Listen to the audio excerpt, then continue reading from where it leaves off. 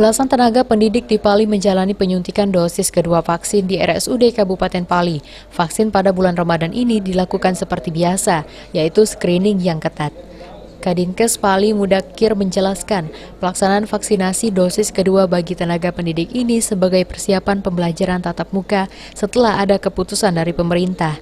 Dengan vaksinasi ini, salah satu guru yang mengikuti vaksinasi mengungkapkan sangat bersyukur sudah divaksinasi sehingga nantinya bisa memutus penularan COVID saat proses belajar tatap muka.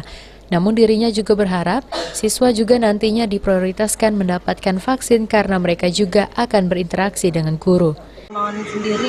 Apa alasan mohon divaksin? Untuk menjaga imun tubuh dari penyakit COVID ini kan.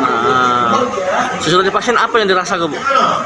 Ini takutnya nanti kalau ada apa-apa kan takut kena ke anak murid pertama kan. Setidaknya ada 4.000 guru terdiri dari SD, SMP, dan SMA di Kabupaten Pali akan jalani vaksinasi di bulan puasa. Aji, Pal TV.